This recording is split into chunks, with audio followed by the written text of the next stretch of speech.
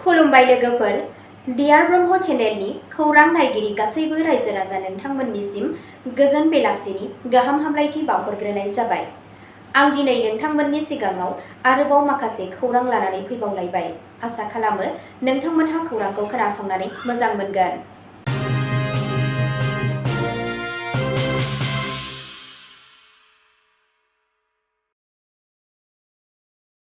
दिनैनि गाहाय रादाबफोराव दङ एसआइटिआ जुबिन गार्गनि बडिगार्डजों सोमोन्दो थानाय 1 कौटि लेनदेननि नायबिजिरगासिनो दं। आसामआ रुंसारि जानाय नोगोरारिफोरखौ मान होनानै दैथायहरफिननो थाखाय श्रद्धांजलि स्किम बेखेवदों। नर्थ बेंगलनि बाना आपडेट। रोजा अखा हानायनि जाहोनाव 28 सुबुंनि जिउ खहा, गोबां गोमाना दं। तिनिसुकियायाव हरनि बासनिफ्राय 4 गथ'साफोरखौ बोखांनो हादों। जयपुरनि एसएमएस देहा फाहामसालिनि ट्रमा वार्डआव सर्ट सार्किटनि जाहोनाव अर खामनानै 6 सुबुंनि जिउ खहा जायो होनना मिथिनो मोननाय जादों। आसामनि गिबि मन्थ्रिया हा गिसिखानाय आरो दैबानानि हरखाब जाब्रबथायनि समाव सिक्किम आरो बेंगलनो हेफाजाब होनो फोसावदों।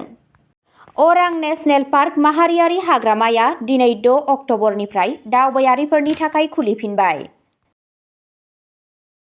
गिबि खौराङावनो दङ एसआइटिआ जुबिन गार्गनि बडिगार्डजों सोमोन्दो थानाय 1 कौटि लेनदेननि नायबिजिरगासिनो दं। असमिया मुंदांखा रोजाबगिरि फावखुंगुर जुबिन गार्गआ रुंसारि जाबाय आरो बिथांनि सोमोनांथाव थैनायनि सायाव दा गोख्रों नायबिजिरनाया सोलिगासिनो दं। स्पेशेल इनभेस्टिगेशन टीम एसआइटिआ बिथांनि बडिगार्ड आरो सासे हेफाजाबगिरिजों सोमोन्दो थानाय लेनदेनाव 1 कौटि रांसो बोखांनो हादों होनना खौरां बिजोंनिफ्राय मिथिनो मोननाय जादों। बिबानगिरिफोरा जुबिननि सिंगापुर दावबायनायनि सिगां बिथांनि मबाइल फननि डाटा आरो राङारि रेकर्डफोरखौ नायबिजिरगासिनो दं। बे नायबिजिरनायाव हेफाजाब होनो खावलायनानै सिंगापुराव आसाम एस'सिएशन एएएस नि हेंथायै एफआइआर होनाय जादों। सोंखारिग्राफोरा राजखान्थियारि आखाय होनायनि अजद होयो आरो गोरोन्थि दाबि खालामनायखौ मिथिनो मोननाय जादों। नैथि खौराङाव दङ आसामआ रुंसारि जानाय नोगोरारिफोरखौ मान होनानै दैथायहरफिननो थाखाय श्रद्धांजलि स्किम बेखेवदों। दिनै आसाम सोरखारा जाय नखरफोरनि आंगो सुबुङा रायजोनि बायजोआव जिउ खोमायो बिसोरनि थाखाय मोनसे गोदान बिथांखि फोसावदों। बे स्किमखौ श्रद्धांजलि बुंनाय जायो आरो बे स्किमाव थैनाय सुबुंखौ मान होनानै आसामाव फैफिननायनि खोथा होयो। आसाम चिफ मिनिस्टार हिमन्त बिश्व शर्मानि दैदेननायाव आसाम सोरखारा श्रद्धांजलि स्किम जागायदों। बे बिथांखिनि थांखिया आसामनि बायजोआव थैनाय असमिया सुबुंफोरनि गोथै सह'खौ दैथायहरफिननाय थामहिनबा फैफिननायखौ मदद होनाय। बेखौ दिनै दिसपुरनि लक सेवा भवनाव मावख'आरि महरै बेखेवनाय जायो। माबोरै एप्लाइ खालामनांगौ बेनि सोमोन्दै गुवारै फोरमायथिखौ सेवा सेतु पर्टेलाव मोनगोन। गिबि मन्थ्रिया बुङो दि दानिफ्राय आसामनि फिसाज्लाफोर आरो फिसाजोफोर जाय रुंसारि जायो रायजोनि बायजोआव गाव गावनि बिमा हादराव मान गोनां बिदाइ मोनगोन। बेनि थांखिया जाबाय बेफोरबायदि गोब्राब थासारिजों मोगा-मोगि जानांनाय समाव नखरफोरा उफेरा जेंनाजों मोगा-मोगि जाया। गोदान श्रद्धांजलि स्किमआ दुखुआव गोग्लैनाय नखरफोरखौ हेफाजाब होनो थाखाय सोरखारनि मोनसे अनफावरि हाबाफारि। थामथि खौराङाव दङ नर्थ बेंगलनि बाना आपडेट। रोजा अखा हानायनि जाहोनाव 28 सुबुंनि जिउ खहा, गोबां गोमाना दं। सनिबार हरनिफ्राय रबिबारनि जागायजेन्नायसिम सा बेंगलाव गोबां अखा हादोंमोन, जायनि जाहोनाव गिख्रंथाव दैबाना आरो हा गिसिखादों। खमैबो 28 सुबुंफोरा जिउ गोमायो।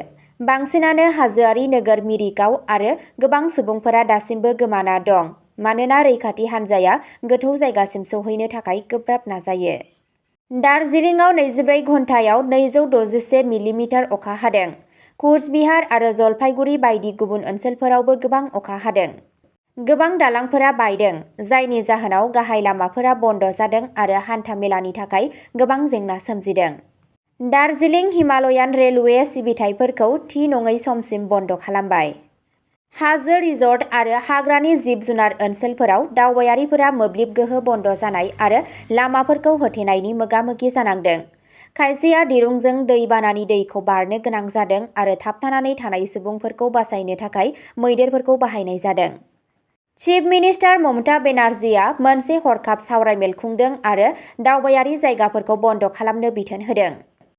रैखाथि होनाय अपारेशनाव आर्मी, एनडीआरएफ आरो रायजोआरि एजेन्सिफोर दंफायो। दैमाफोरा गिख्रंथाव महरै बांनायजों लोगोसे हाग्रानि जिब-जुनारफोरखौ दैबानाजों बुंफबनाय हाग्रानिफ्राय खारलांनाय नुनो मोननाय जादों। प्राइम मिनिस्टार नरेन्द्र मदिआ गावनि हानायमानिखौ हेफाजाब होनो खोथा होनायखौ मिथिनो मोननाय जादों। ब्रैथि खौराङाव दङ तिनिसुकियायाव हरनि बासनिफ्राय 4 गथ'साफोरखौ बोखांनो हादों। सुबुं लांखारनाय जाथाया रबिबारनि मोनायाव तिनिसुकियायाव मोनानि बासनिफ्राय 4 गथ'साफोरखौ रैखा खालामनो हायो। बे जाथाया ओनसोलाव गथ'साफोरनि रैखाथिनि सायाव गोख्रों सानखांनाय सोमजिहोदों। खौरां मोन्नाय बादिब्ला अरुणाचल प्रदेशनिफ्राय फैनाय AR11B4458 रेजिस्ट्रेशन नम्बर थानाय बासआव गथ'साफोरखौ मोननाय जादों। जायगानि थागिरिफोरा दुमदुमा सुबुं समाजनि सोद्रोमाफोरजों लोगो नांनानै गथ'फोरनि रैखाथिखौ रैखाथि होनो थाखाय गोख्रैयै खामानि मावदोंमोन।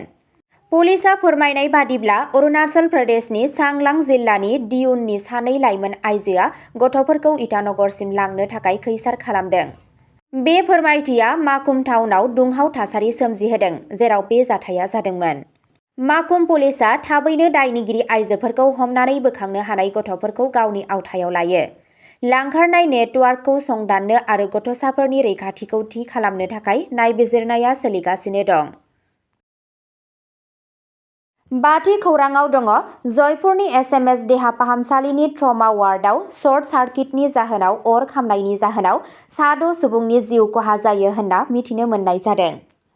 जयपुरनि एसएमएस हस्पिटालनि ट्रमा आइसिइउआव रबिबारनि हर गेजेराव अर खामनायनि जाहोनाव 6 बेरामिफोरनि जिउ खहा जायो आरो 5 सुबुंफोरा जोखोम जायो। खौरां मोन्नाय बादिब्ला बे अरा हरनि 11:15 रिंगासोआव ट्रमा वार्डआव जागायदों, जेराव 24 बेरामिफोरखौ थिसननाय जादोंमोन। धुवा आरो बिस गोनां उखुन्दैआ गोख्रैयै गोसारदोंमोन, जायनि थाखाय रैखा खालामनायाव हेंथा जादोंमोन। मावख'आरिफोरा मेडिकेल आइजेंफोरनि खाथियाव सर्ट सार्किटनि जाहोनखौ सन्देह खालामदों, नाथाय फरेनसिक साइन्स लेबरेटरिनि नायबिजिरनाया बेखौ रोखा खालामगोन। डक्टर आरो मावफारियाफोरा गासैबो बेरामिफोरखौ बोखारना लाबाय, नाथाय सिपिआर नाजानायनि उनावबो 6 गोब्राब बेरामिफोरखौ फोथांफिननो हायासै। 2 आइजो आरो 4 हौवाफोरनि जिउ खहा जायो, जेराव गुबुनफोरा गोब्राब हालोदाव दं। राजस्थाननि गिबि मन्थ्रिया देहा फाहामसालिखौ नायदिंनानै जाथावना सांग्रांथि गैयैनि सायाव गोजौ थाखोनि नायबिजिरनो बिथोन होयो। 6थि खौराङाव दङ आसामनि गिबि मन्थ्रिया हा गिसिखानाय आरो दैबानानि हरखाब जाब्रबथायनि समाव सिक्किम आरो बेंगलनो हेफाजाब होनो फोसावदों। खौरां बिजोंनिफ्राय मिथिनो मोननाय बायदियै आसाम चिफ मिनिस्टार हिमन्त बिश्व शर्माया बुंदों दि बिथांनि हादोरसाया सोनाब बेंगल आरो सिक्किमखौ हेफाजाब होनो थाखाय थियारि दं, जाय गोबां अखानि थाखाय हा गिसिखानाय आरो दैबानाजों गोहोम गोग्लैदों। दार्जिलिंआव गोबां अखा हानायनि जाहोनाव हा गिसिखानायनि जाहोनाव न'फोरा गोदोना दं आरो लामाफोरा गाज्रि जानायाव खमैबो 28 सुबुङा जिउ गोमादों। गोबां दावबायारिफोरा थाबथानानै दं आरो गोमानायफोरखौ नागिरनो थाखाय रैखाथि होनाय हाबाफारिया सोलिगासिनो दं। बे समावनो सिक्किमाव दैबाना आरो हा गुगानायफोरा दाथायारि सानज'थायफोरखौ खहा खालामदों आरो रैखाथि होनाय हाबाफोरखौ हेंथा होदों। शर्मा बिथाङा खौसेथि फोरमायहरो आरो मोन्नैबो हादरसाखौ मोजां मोनफिननायाव हेफाजाब होनो थाखाय गासैबो रोखोमनि हेफाजाब होनो खोथा होयो। 7थि खौराङाव दङ अरां नेशनेल पार्क माहारियारि हाग्रामाया दिनै 6 अक्ट'बरनिफ्राय दावबायारिफोरनि थाखाय खुलिफिनबाय। आसामनि अरां माहारियारि हाग्रामा आरो टाइगार रिजार्भआ दैज्लां बोथोरनि थाखाय बन्द थानायनि उनाव दिनै 6 अक्ट'बरनिफ्राय दावबायारिफोरनि थाखाय फिन खुलिफिनबाय। हाग्रा बिफानआ फोसावो दि दावबायारिफोरा दा पार्कनि सिङाव जिप आरो मैदेर साफारिनि रंजानाय लानो हागोन। ब्रह्मपुत्र दैमानि सा रुगुङाव थानाय अरां हायुङारि पार्कखौ गोबां अरनारि मि-जुनार आरो समायना नुथायनि थाखाय जेब्लाबो मिनि काजिरङा बुंनाय जायो। बे पार्कआव मोनसे रोखोमनि गान्दा, मोसा, मैदेर आरो गोबां दावनि फोलेरफोर मोननाय जायो। फिन बेखेवफिननाया गोदान दावबायारि बोथोरनि जागायनायखौ दिन्थियो, जाय ओनसोलारि दावबायनायखौ बांहोगोन आरो ओनसोलारि रांखान्थिखौ थुलुंगा होगोन होनना मिजिंथिदों। अब्ला दिनैनि खौरांआ एसेनोसै। नोंथांमोनहा बे चेनेलनि गेजेरजों सानफ्रोमबो फुंबिलि आरो बेलासि समाव गोदान खौरांनि आपडेट मोननो थाखाय चेनेलखौ साबस्क्राइब खालामनानै लादो आरो खौरांखौ खोनासंनानै मोजां मोनोब्ला अन्नानै लाइक, शेयार आरो कमेन्टबो खालामनानै होलांब्लानो जाबाय। गोजोन्थों।